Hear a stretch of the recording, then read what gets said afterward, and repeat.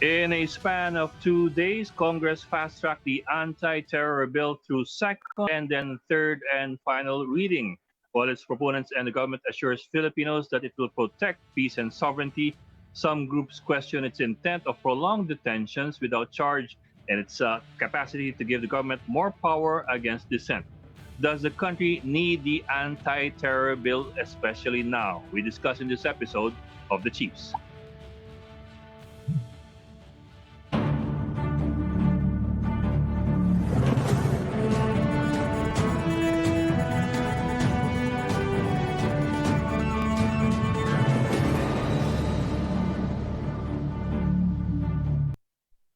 Welcome to this special episode of The Chiefs. And of course, with us right now are Robbie Alampay of One News, and joining us in a little bit will be Ana Marie Pamintuan of the Philippine Star. Si Ami nagsasarapatan ng dyaryo dahil may breaking story tayo. Congress passed on third and final reading with a vote of 179 yes votes yung anti-terror bill, which is an adopted bill from the Senate version. In other words, they adopted the Senate version in toto and just passed it on second yesterday and then third and final reading tonight. Ibig sabihin nun, Bok, wala ng BICAM. So mukhang yun na nga. Mukhang diba? wala ng BICAM because wala namang pinagkaiba. They just adopted in toto the Senate version, so BICAM is virtually meaningless and academic. So from what we hear, kailangan na lang siguro ng ratification ng both chambers of Congress, which is also going to be moot, I suppose, dahil galing sa kanila to. And then it's for signature by the President, who certified it as urgent ready yesterday or the other day. So it's as good as gold. Yeah, and to be sure, as big as this news is, it really wasn't a surprise to anyone. Even prior to COVID, this was really already in the priority list. Inaksyonan na to. Even the leaders of both houses had said from the start na mangyari to. If anything, the only surprise was it was still a priority and it was still the most urgent thing on Congress minds in the middle of this pandemic. That was really the only thing that the pandemic. Yeah. Yeah, but to be fair to Congress naman, they were talking about this before the COVID crisis. I think it was in January or February. They were already discussing the versions of the bill, and the Senate has already gone through the bill on its own. So, yun nga lang biglang naging swabe ang ang daan ngayon pang panahon ng pandemya. You might say. Yeah. So, a lot of things to talk about. Pasok na natin agad. Sige. Let's usapan na agad. For tonight, we have several guests, some for and some against bill, and some to give us legal advice as to the details of the bill. Unahin natin siyempre yung proponents ng bill, among them si Congressman Jonas Nograles is from the PBA party list, ang Pwersa ng Bayan Atleta party list. Congressman, thank you po for joining us tonight. Good evening, Ed. Good evening, Robbie. Thanks for having me back at the Chiefs. Yes, sir. Good to see you. Bigla kaming na-conscious kasi nakaano kayo eh. Hindi na kami sanay nakakakita ng nakakurbata eh. ang hindi niyo makita, naka-shorts ako. Okay. Okay lang yan. Kami rin naman eh. Pang-balance eh. Sir, anyway, Congressman Nograles, again, thank you for joining us. And it was a busy night for Congress. But did we get it correct? Na because it is an adopted bill from the Senate version, so hindi na po kailangan ng bicameral conference committee. Diretso na po to sa ratification ba and then signature? To be exact about it, the House voted 173 yes. Okay, 173. And 31 no. And 29 abstain to the measure. And this measure has no disagreeing provisions with the Senate, which was passed in third and final reading last year. And having no disagreeing provisions, our legislative process shows that they will just print the bill, the enrolled bill, and it will wait for the action of the executive.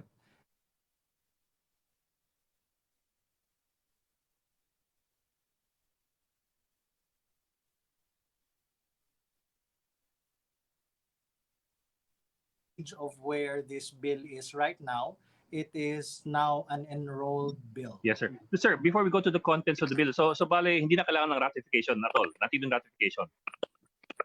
The ratification would be from the president. So that's the action of the executive. So since there are no disagreeing provisions, it is just a matter of printing the enrolled bill. So as an enrolled bill, it is ready for signature of the president after printing. Mm-hmm. Okay. Mm-hmm. So Congressman, pasok po tayo dun sa provisions ng bill. People have been reading this. Some people have been following it. Some people following in greater detail than others. Maybe you could summarize for us very quickly the salient points. In particular, how does it define terrorism? And secondly, who gets to say who's a terrorist?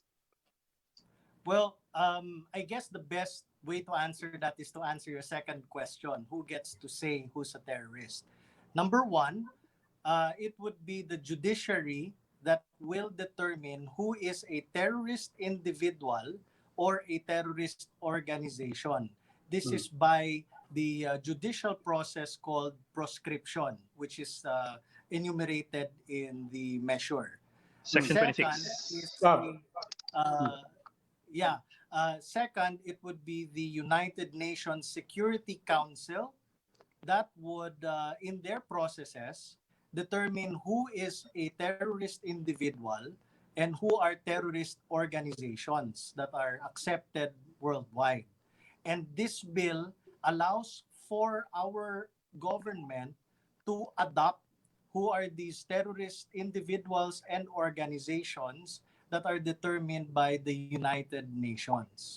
And yung pangatlo is yung kinakatakutan ng marami, yung tinatawag na designation by the Anti-Terrorism Council. The designation of the Anti-Terrorism Council will come from the council itself deliberating on the evidence na nandyan. However, such designation does not give the council the power to arrest. It only gives them, upon designation, the obligation to inform the Anti-Money Laundering Council to watch these suspected individuals or organizations as being terrorists. So, technically speaking, the ones who truly can designate who is a terrorist, whether they are a person or a group, would be the judiciary after that the executive proves to them beyond reasonable doubt. Yes, but sir, a lot of the concerns has to do with before it gets to the courts. I mean, the whole process of getting arrested, being tagged. I know it's a loaded word, but it seems an accurate word right now. Getting tagged and so on. All of the processes prior to even getting your day in court. That's the concern of a lot of people. I am aware that a lot of people are concerned, and I really welcome this concern. I mean, it's democracy in action here, and people are standing up to the rights that they have. Unfortunately, a lot of people have not read the bill or have not asked questions or clarifications on it. Now, let us clarify, and I'm really glad you asked. Who can be arrested here without a warrant? Pwede ba natin i-discuss yan para mabilisan? Sige, sir. Sige, sir. Who can be arrested without a warrant? Ang sagot dyan, the people who can be arrested without a warrant, they fall under the same rules in our existing laws. In the rules of court, I believe it's Rule 113 of the rules of court. But this bill is taking it a little further because hindi automatic na pag ang police officer inisip niya na terrorist yan ay pwede na niyang i-aresto in the name of the anti-terror law. Hindi. You cannot just do that. You have to go to the ATC or the Anti-Terrorism Council and ask for the ATC's approval to arrest that person because of violations of the anti-terror law. Yes, sir. But to put a fine point, sir, if you don't mind, to put a fine point on the concerns of the people. If you say that actually the police cannot do that, you're saying by law they cannot do that. But the reality in this country is that the police act illegally in many respects. And by the time they are reprimanded, hopefully they're reprimanded, by the time their actions are reversed, a grave injustice has already been done. For example, a recent case cited by one congressman today is police acting on their own to arrest somebody for libel when there was no complaint for libel. It just so happened to be. In that particular case, I'll take that as an illustration. The police cannot do that. And yet they do it. And that's the concern of people here, that that police might take it and do things under this act, in the name of this act, and even if they were to get reversed, a grave injustice will already have taken place. And that's the reason why we placed safeguards here. If any police officer would violate this law or does grave abuse their discretion utilizing or in the name of this law or this bill, then that police officer will face 10 years jail time. Mhm. There are Sir, penalties for people who abuse this. But I know you're talking about realities. But when we craft legislation, there is this thing as a presumption naman of regularity that Mm, things would go correctly naman. I mean, mm. that's how laws are crafted. yes, Yes. sir. Sir, let me bring in ano, let me bring in, let me The also laws are. introduce Ana Marie Pamintuan of the Philippine Star, who Hi. also joins us tonight. Ami, welcome back to the Chiefs.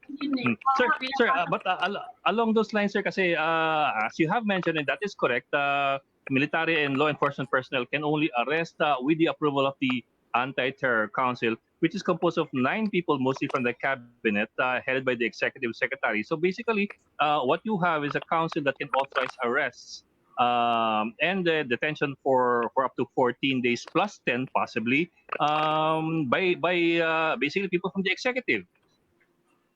Following the rules of warrantless arrest under Rule 113 of the court, plus additional safeguards.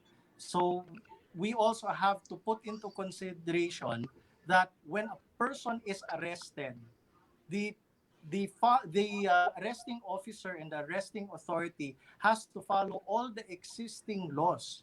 And I'll point specifically to Republic Act number 7439, which ensures the rights of everybody who is detained. Now, this bill even adds an additional safeguard to that.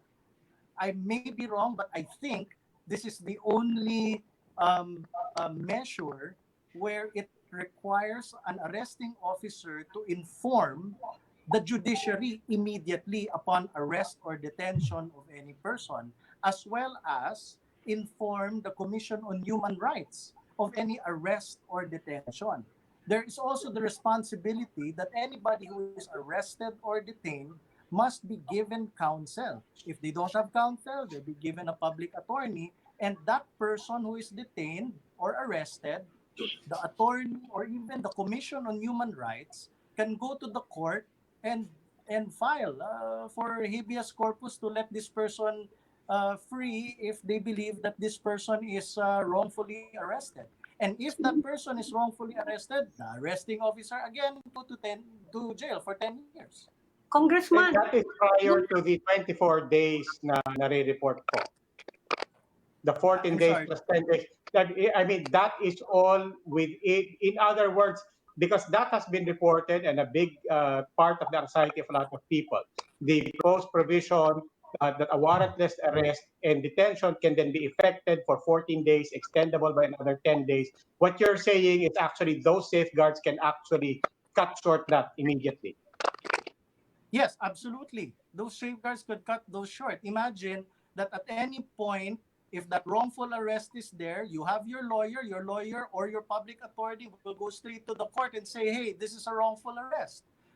A lot of people are afraid because there is an additional power or responsibility that's given to the executive. But we try to balance it to have an additional obligation or obligations as well as additional punishments for any abuse because we know that enforcers of the law from time to time abuse and from time to time forget how to do it and from time to time make a mistake.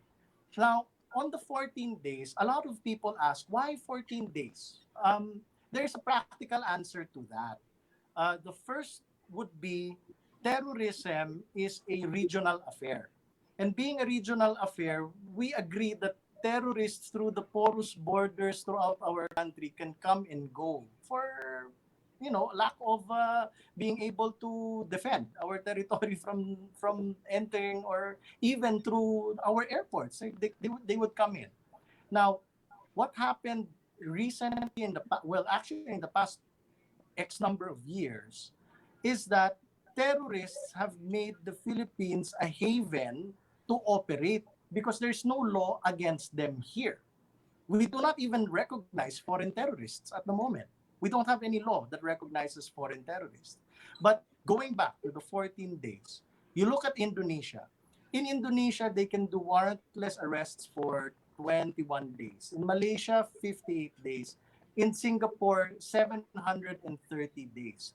No wonder terrorists would love to go to the Philippines and say, hey, we are not defined here by law as a terrorist. We can stay here, we can live here. And that is the reason, believe it or not, and this was presented under oath by the executive, Marawi was preventable.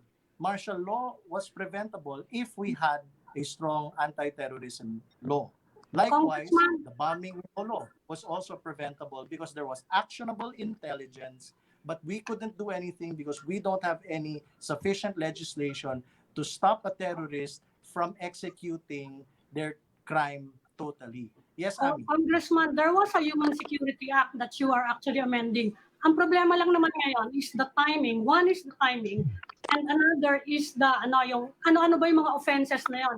And in fact, meron tayo also na description kung sino yung we actually have a description of at least one group or two groups siguro na foreign terrorist organizations as defined by the United States.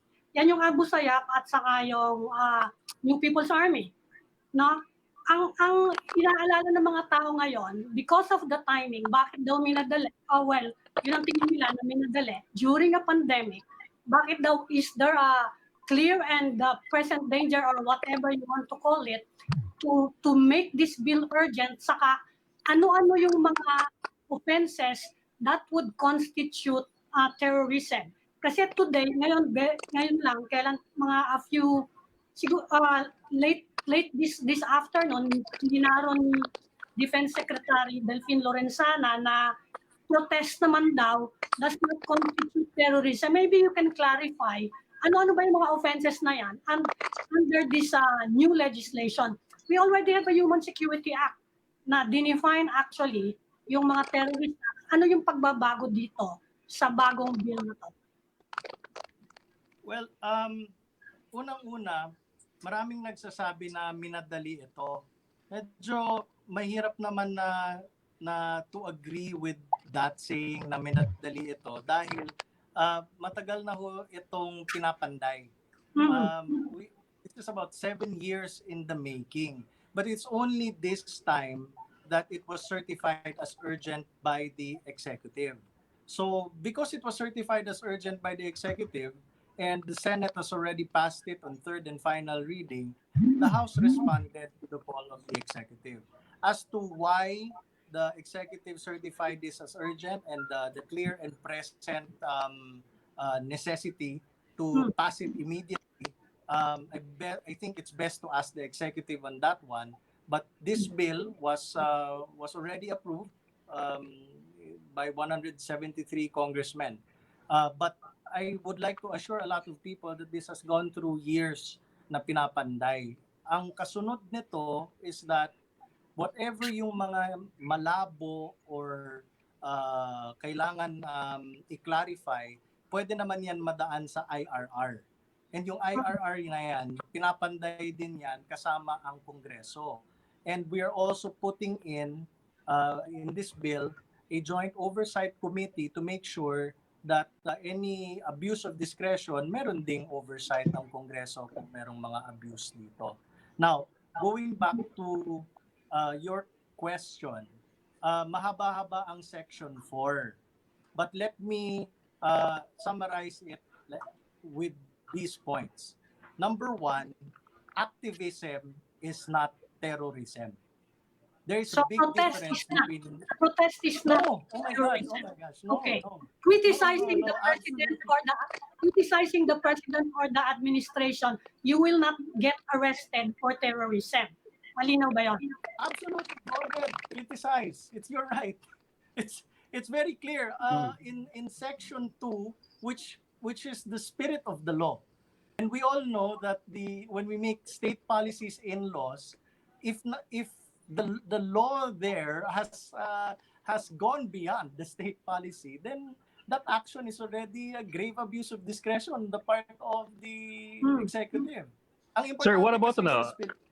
Yes, sir. Sir, Let me read it verbatim, if I may, para klaro kasi mahirap na na maraming conjectures na mali. Yes. I will read this second paragraph of two paragraphs if okay. It's just Okay. short lang naman. Section 2, Declaration of Policy. It is declared a policy of the state to protect life, liberty, and property from terrorism, to condemn terrorism as inimical and dangerous to the national security of the country and to the welfare of the people, and to make terrorism a crime against the Filipino people, against humanity, and against the law of nations. In the implementation of the policy stated above, the state shall uphold the basic rights and fundamental liberties of the people as enshrined in the Constitution. I'll skip to the last line of Section 2, where it says, in the exercise of the constitutionally recognized powers of the executive department shall not prejudice the respect for human rights, which shall be absolute and protected at all times.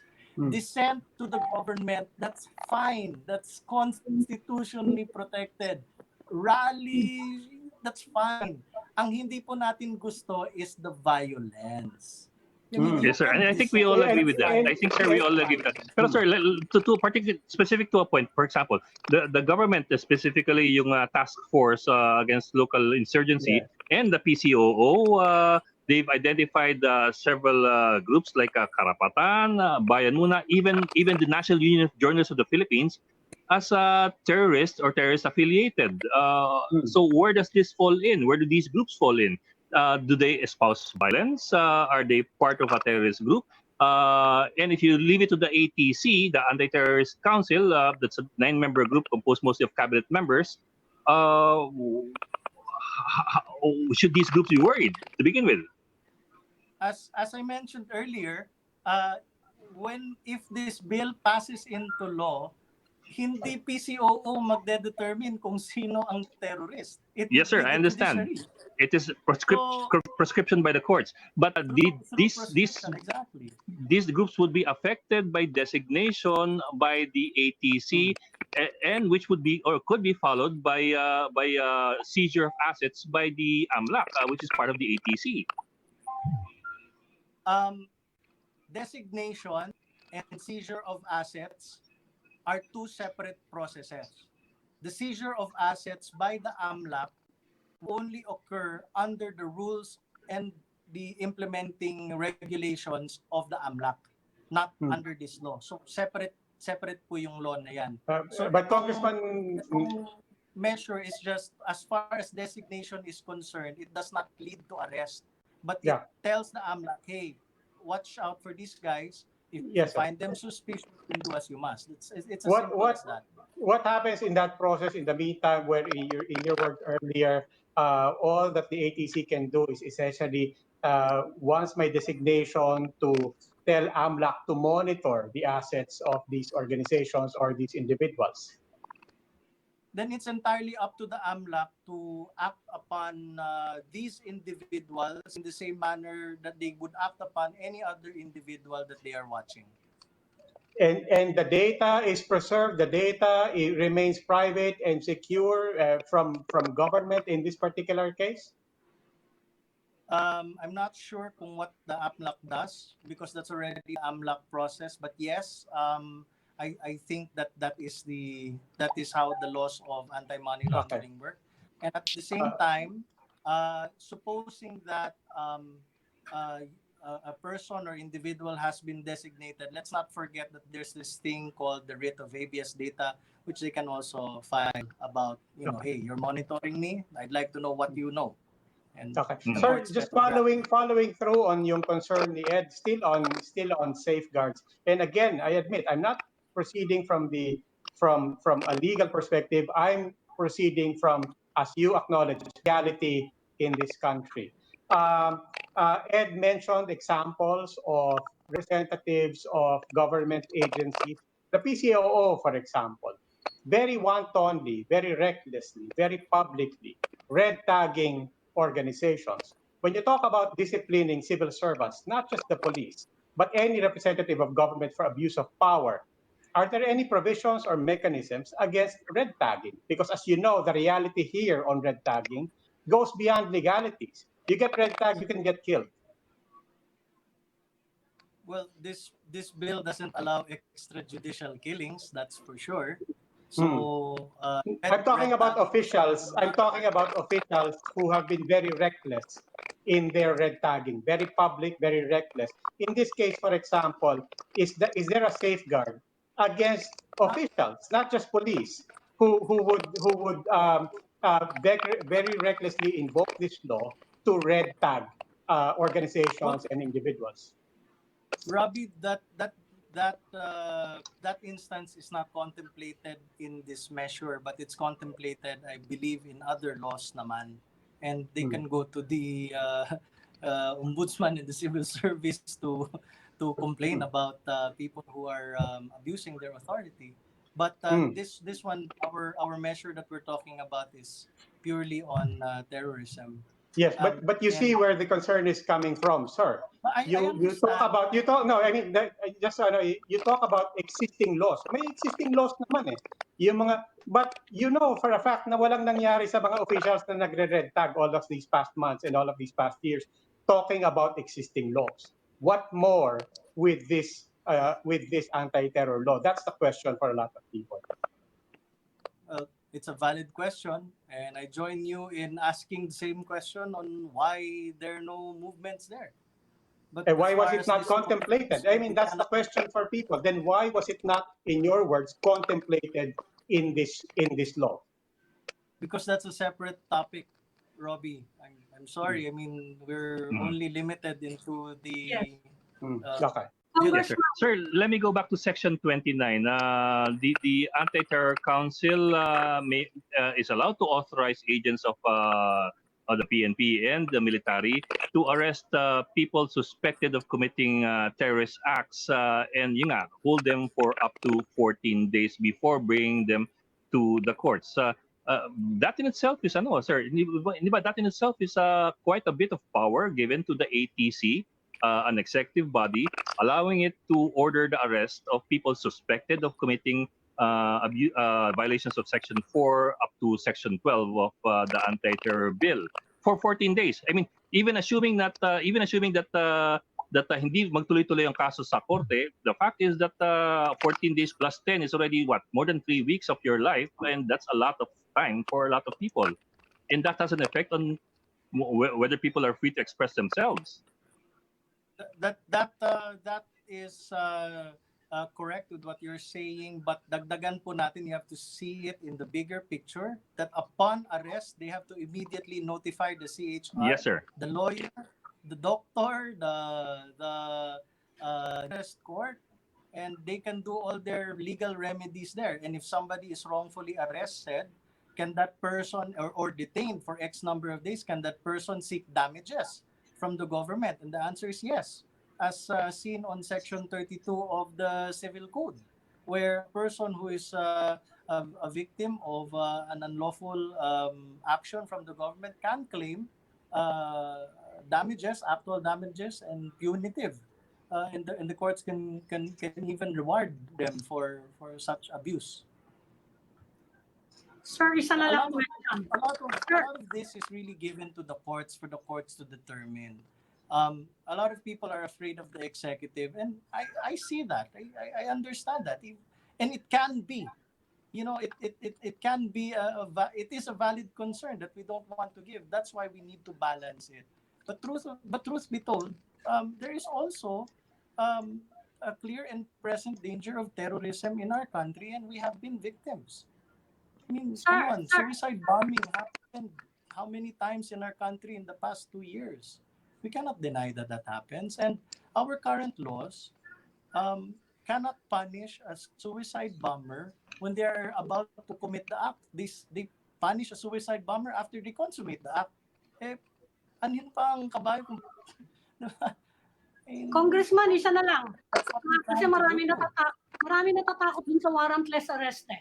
If you're suspected of involvement in terrorist financing or your group, and you belong to that group, can you be arrested warrantless?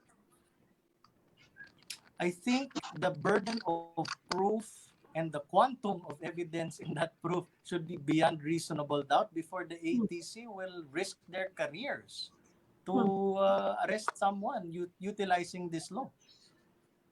So we also have to, like I said, we also have to be fair and see the bigger picture. But I do understand the concern. Yeah. Okay. Maraming salamat, sir. Congressman Jericho Nograles, thank you for joining us. We will be going to AGAP. Pero sir, we'd like to stay in touch with you for future developments in this measure. Sir, so when do we expect this to be signed into law? Meron na ba schedule dyan? That would be up to the executive already. So once the bill is enrolled and printed and given to the executive, it's really up to the executive when they're going to sign it. If I may say a parting shot, Yes, sir. I am afraid of abuses as well, of course. And this is something that I could not live with if there are abuses in this country. And that's why I try to fight these abuses as well.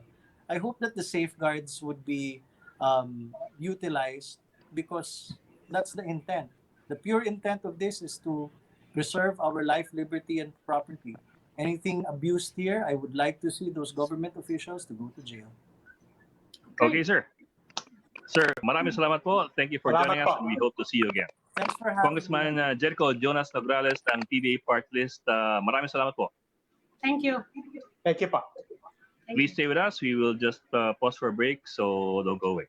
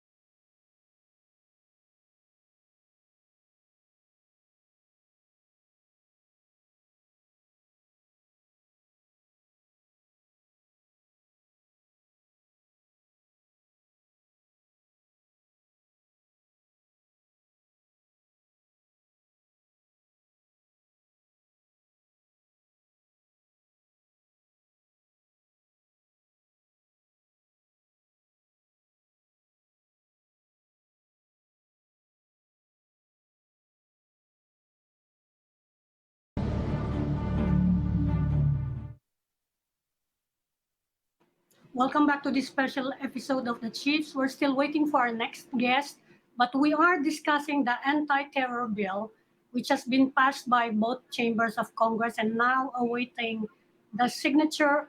Well, it will be submitted to Malacanang for the signature of President Duterte. But since he certified it as urgent, we are expecting it. We are with Ed Lingao and Robbie Alangay. Okay. We're still waiting for our guest na wala. Alam mo naman ang ating mga... Mukhang nandito na raw, si Congressman. kanina. Natesting natin kanina eh. Meron na nga kanina. But anyway, There you go. Welcome. Ito na, ayan na si Congresswoman, Representative Franz Castro of ACT Teachers Party List. Welcome po to the Chiefs, Congresswoman. Uh, Good evening, Ami, Ed, and Roby. Thank you Sige po. for inviting me. Yes, Mm. kakausap lang po namin kay Congressman Nograles. And of course, he's a proponent of this controversial bill. And I would like to hear another perspective sa tingin namin sure na approval na itong bill, considering that it has been certified as urgent by President Duterte. Ano pong masasabi natin dito? Yeah, dismayado kami, no? Kasi yung sarili naming proseso dito sa Kongreso ay parang kumbaga sinupersede nitong bill ng Senate. Parang limang meeting na yata kami doon sa House Congress version, pero suddenly because of the certification of the president, ito na lang yung tinalakay natin sa Senado, yung version ng Senado. Kaya nakakadismaya. Ako, nakabilang din ako doon sa discussion ng bill na version ng Congress, at nakita ko mas kumbaga mas maganda itong sa amin dito sa Congress kaysa itong Senate bill na ipinasa at inadapt ng Kongreso sa ngayon. For example, Robbie, itong sinasabi mong red tagging kanina, alam mo si Congressman, in fairness naman kay Congressman Nograles, meron siyang provision doon sa red tagging na nandoon sa version ng House na talagang ibinasura na dahil nga dito sa Senate na version. So maganda yung maganda yung ilang mga provision sana doon sa House, kaya lang ito mas worse yung ibinigay sa atin na provision kasi dito Pero sa ma'am, definition ano yung provision na yun? Paliwanag po ninyo yung provision na yun na hindi sinama. Tsaka dagdagan ko lang po ng konteksto yung tanong na yon, because if we remember, nung tinanong natin yon, sinabi ni Congressman Nograles, kasi ibang usapan yan. That's part of the context. We want to make that clear also, and I don't know if that figures into the explanation as to why it's been taken out according to you. Pero ano po yung provision na Yes. yan?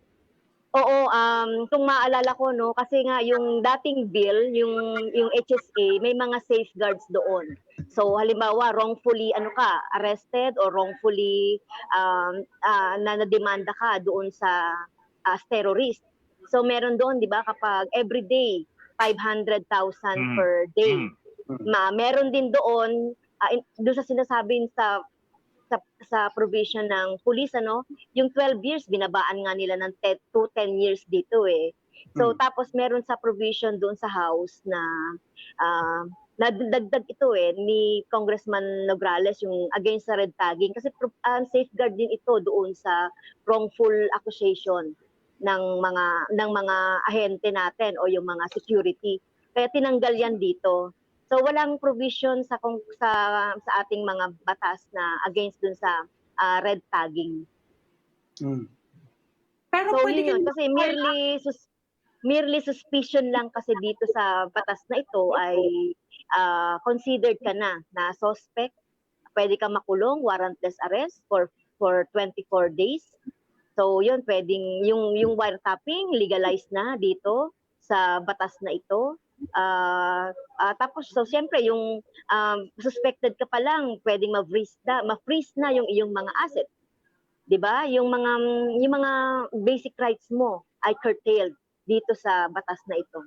Pero ang sabi ni Congressman Nograles, ang safeguard daw doon is you can go immediately to the courts and you can file complaint sa Commission on Human Rights at pwede actually reverse yung arrest. Yung pwede kayong pakawalan or pwedeng, anyway, you can take legal action. Actually, parang walang experience. Siguro baka walang experience si Attorney Nograles, si Congressman Nograles, no? Ako parating nakakaano ng mga ikinukulong na kahit na wala pang kaso ay ilang days na nandoon sa kulungan. So what more kung isa sa batas pa itong anti-terrorism bill.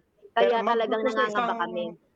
Yung pong mga pangyayaring ganyan, in-acknowledge din naman ni Congressman Nograles. Pero ang isang sinabi niya na iba sa safeguard dito, very often when people are wrongfully arrested pagkatapos napatagal ang pagkakakulong kasi wala silang access sa abogado, wala silang access sa CHR. But in this particular case, sabi niya, obligado ang police at the moment of the arrest to immediately inform the Supreme Court and the Commission on Human Rights. There is an active mechanism to provide for legal and human rights protection. That would be different from yung pagkaraniwang nangyayari ng mga arrest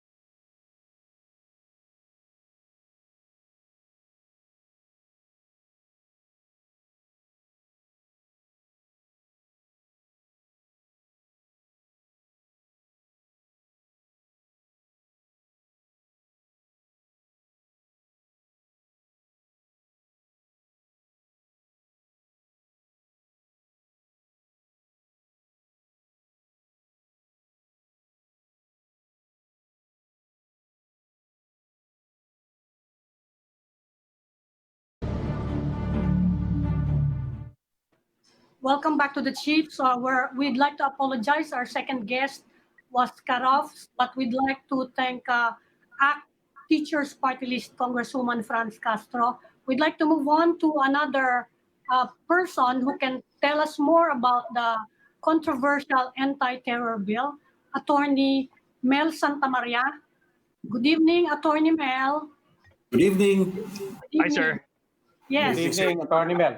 You were hearing the pros and cons of this controversy.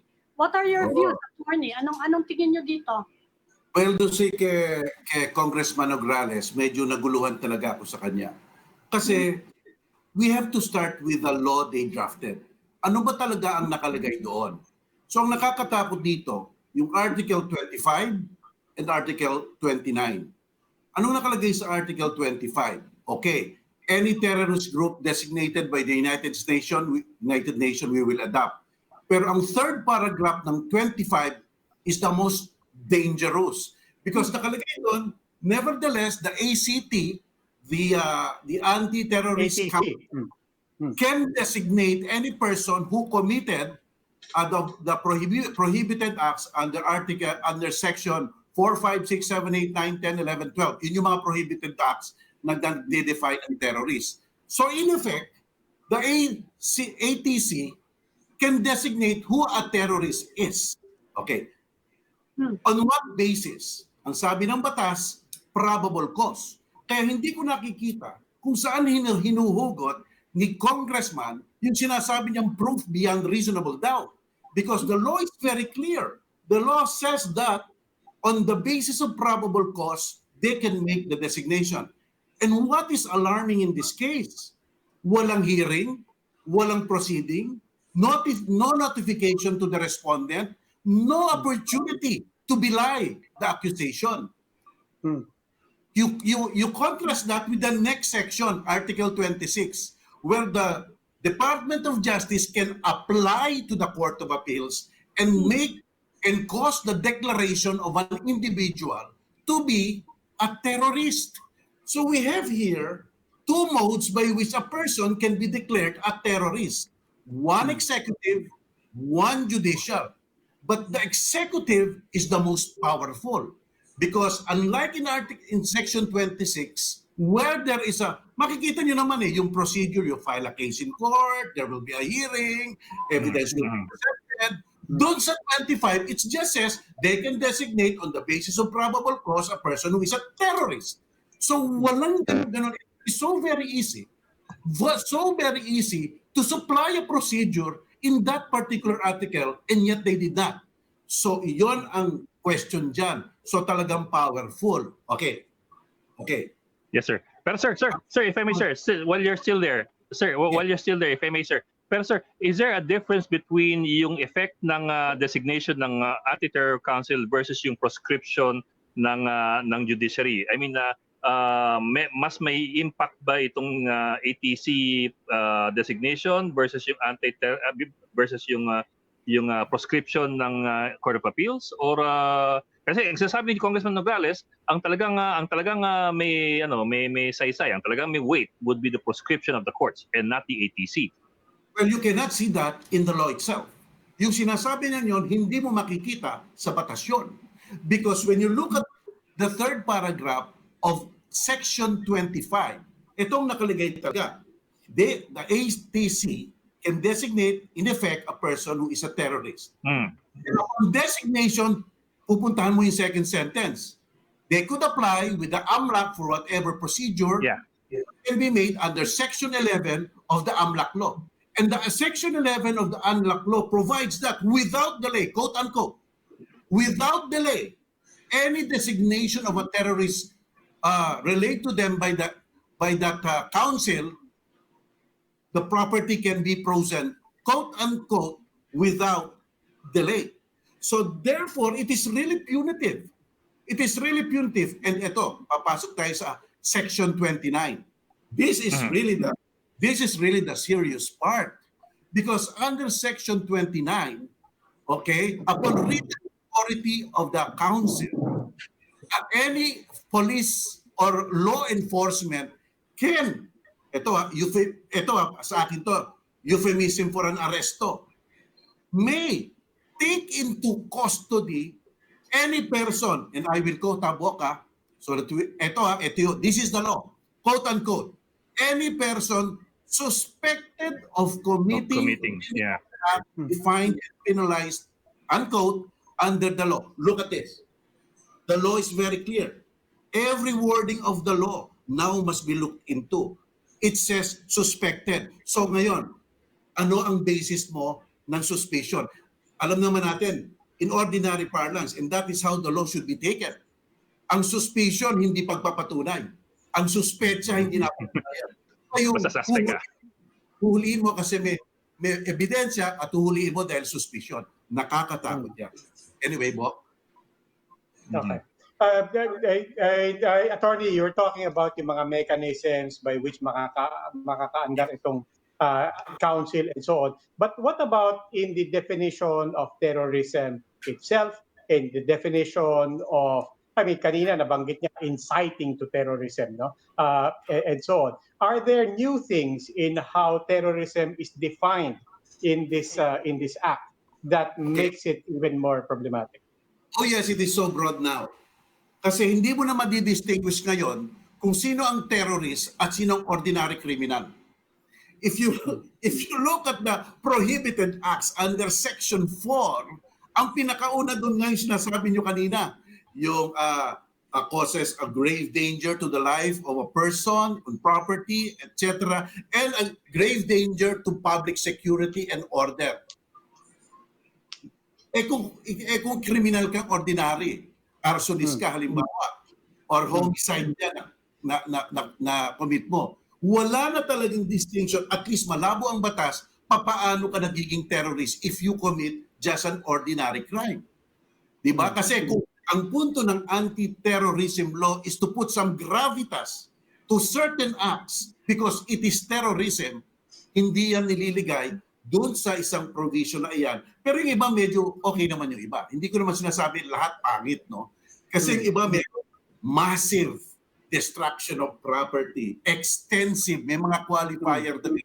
Pero yung unang-una pa lang doon halimbawa, grave threats ka lang, papasok doon ang grave threats. So ano ka? Terrorist ka ba? O common criminal ka? That is the problem. At sabi pa ng batas, against government and private persons. O paano yan? Di ba paano yan? So where do you draw the line? Di ba? Yeah, attorney, both Congressman Nograles and also senators and of course proponents and those who voted for this bill, they also insist and stress and emphasize, hindi, may mga built-in safeguards dyan.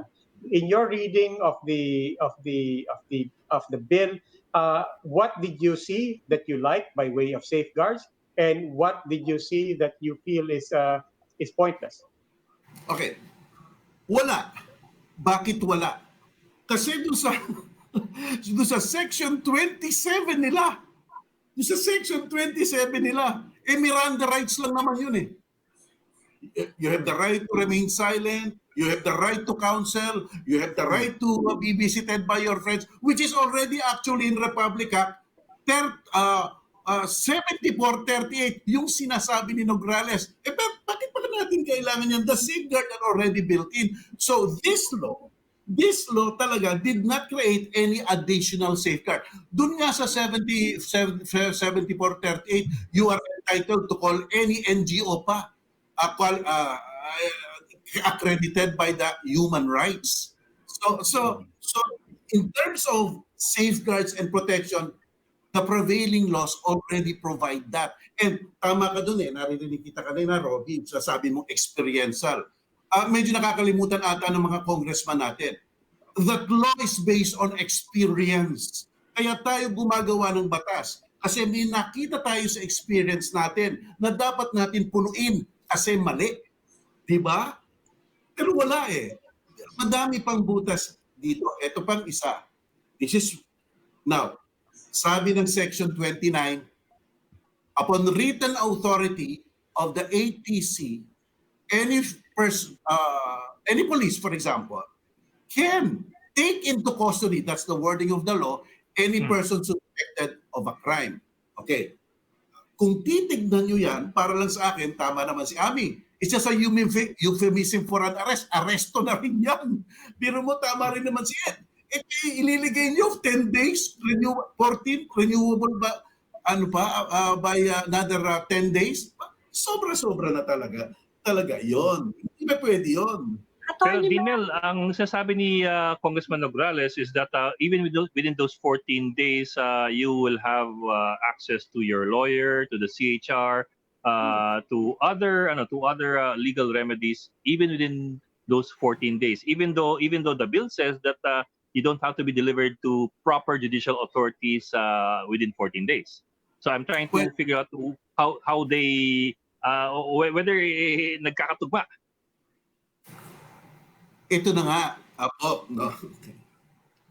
Tanggalin mo itong anti-terrorism law, okay? Meron tayong Article 125 sa ating revised penal code. Either 1, 2, or 3 days lang ang detention mo. Okay, 1, 2, 3. Okay, during those 1, 2, 3 days, pwede mo rin naman gawin yun eh. Yan yung sinasabi mong protection, pwede mong gawin yun, tawag ka sa telepono. Pero anong nangyayari? Wala naman talagang nangyayari. So kung iyon ang kakulangan nung 1, 2, 3 days, arbitrary detention, dapat sinagot na yon nung ating anti-terrorism law kasi ngayon, it's 14 plus 10. Di ba? Kasi the possibilities of those things happening if 1, 2, 3 days lang, mas malawak itong 14 days. Kaya it's really nakakatakot. Attorney Mel, ang sagot naman ng mga proponent dyan, yung argument na experiential, based on our experience, ang ini-invoke naman nila is the presumption of regularity. Actually, kung may tiwala ka sa gobyerno mo, sa law enforcement, no, yun ang sinasabi nila na parang ang ano nito, just watch us. Don't you feel reassured? Kasi sinasabi nila, you can go to the Commission on Human Rights immediately, you can go to the courts, kung merong, saka may mga provision pa rin na ni-retain yung sa wrongful arrest, na actually kaya hindi ma-implement yung Human Security Act noon dahil masyadong tough at natatakot daw yung mga law enforcers natin noon to apply that. Kaya naglagay sila netong enhanced neto. You think it's not just a case of, yun na nga, wala tayong tiwala sa mga law enforcer natin? And we should give them a chance. I mean, I'm just telling you kung ano yung argumento ng mga proponent. You have a point. Okay, ganito yan ha. I'm trying to get back to the law again, okay? First of all, our Constitution provides presumption of innocence. And I will tell you what happens. In an ordinary criminal case, when a fiscal makes a preliminary investigation, the subject person is called a respondent. But when he finds a probable cause, he elevates the status of that respondent to an accused, not a convicted. Follow me? So accused. Bakit accused lang? Because he is still presumed innocent until proven guilty. Kaya nga siya pupunta sa korte. Pero yung third paragraph of Section 25, yung ATC will designate you already as a terrorist. And therefore, the presumption of guilt starts even before you go to court. And ang problema doon, unlike in a preliminary investigation sa fiscal na makikita mo pa yung kalaban mo, diyan sa 25 na yan, walang procedure. That's why hindi ko makita ngayon yung sinasabi niyang presumption of regularity. That has always been the mantra of official actions of government, may presumption ng regularity. But when you look at the law, in effect, there is a presumption of guilt because wala pang court proceeding. You are already tagged as a terrorist. Iyan ang nagiging problema dyan. Bakit ka mag-uumpisa sa presumption of guilt? Kaya look at all this, may mga masasamang pulis dyan, ang sarap ng buhay nila.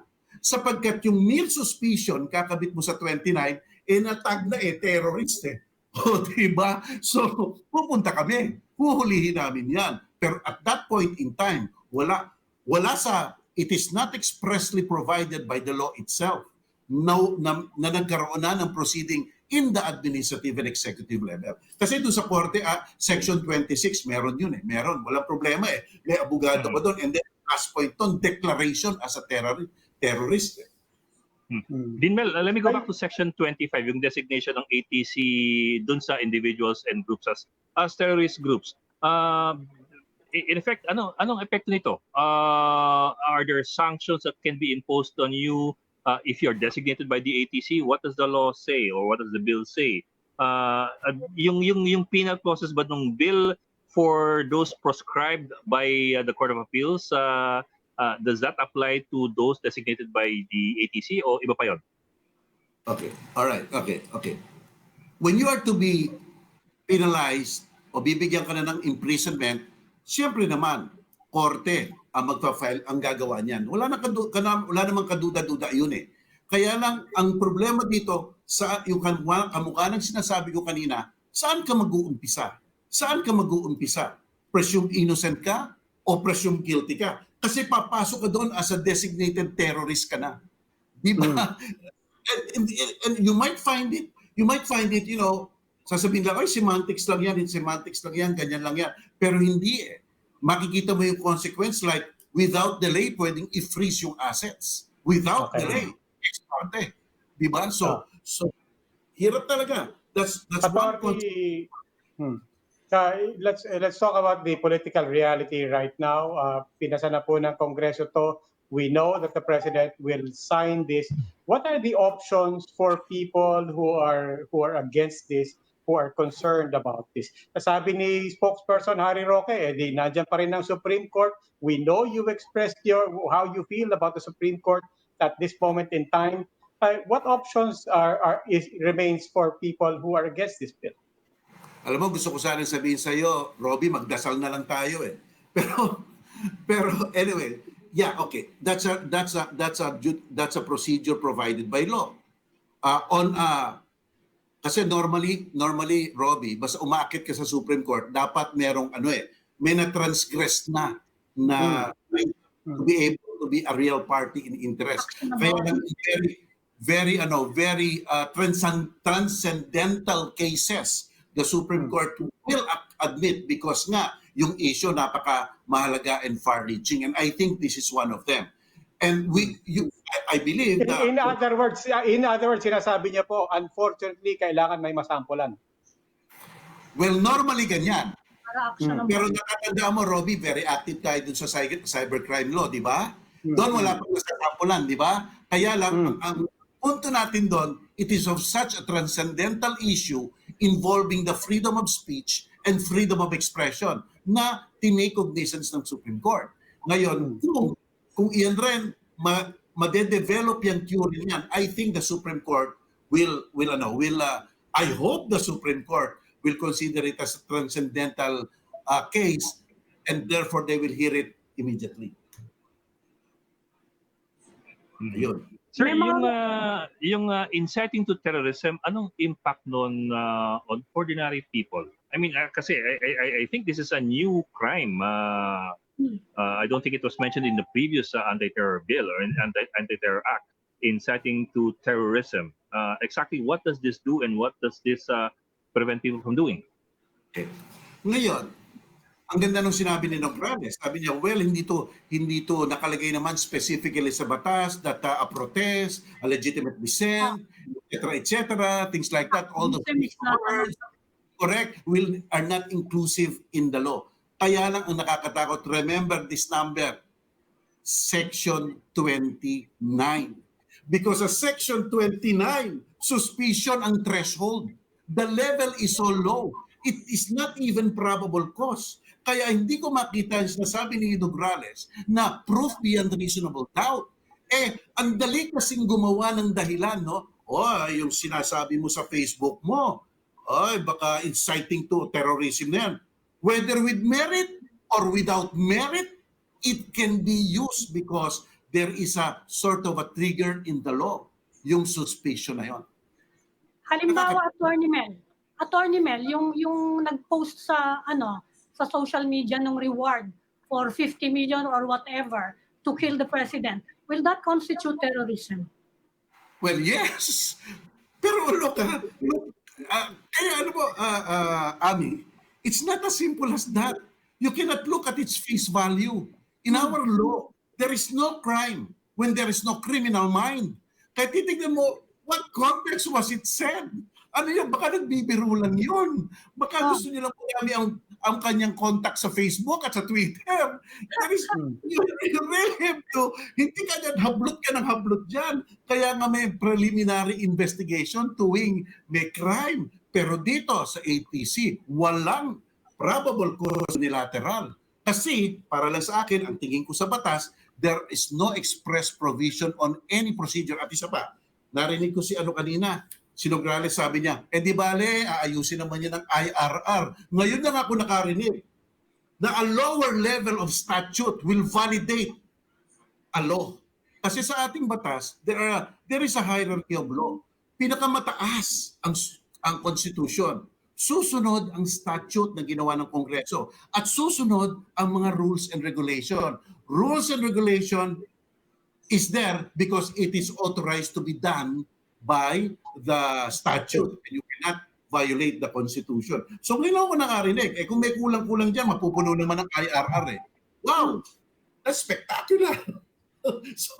so yun pa, isang issue pa rin yan.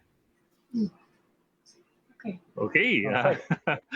I suspect Dean marami Mel. pa tayong episodes dito, Bok. Mukhang hindi pa Mahaba-haba tapos pa yung usapan. Mahaba-haba. Kasing haba ng Bok ni Atty. Nel. Bok, tsaka Ami. Sabi ko bago ako matawagan ni Marian, mag-ano na ako magsisindi na ako ng kandila. Wala na tapos na ang laban. Supreme Court na talaga kasi naunang mag Senate, kinopya lang ng Congress, wala nang babaguhin, ratsada talaga, 2 araw lang, tapos talaga. Well, Dean Mel Santa Maria, thank you very much for a very colorful and very down-to-earth explanation of the law and bill that is about to be signed into law. And I suppose people really appreciate yung very, very down-to-earth explanations. Thank you po. Thank you. Salamat, Thank you. Atty. Maraming salamat, Dean Mel Santa Maria ng FEU College of Law. Thank you, sir. Thank you. And that will be all for this edition of The Cheese. We hope what was discussed here will keep the conversation going. I'm Ed Lingaupo News. I'm Ami Paminton of the Philippine Star. I'm Robbie Alampay, and we are One News.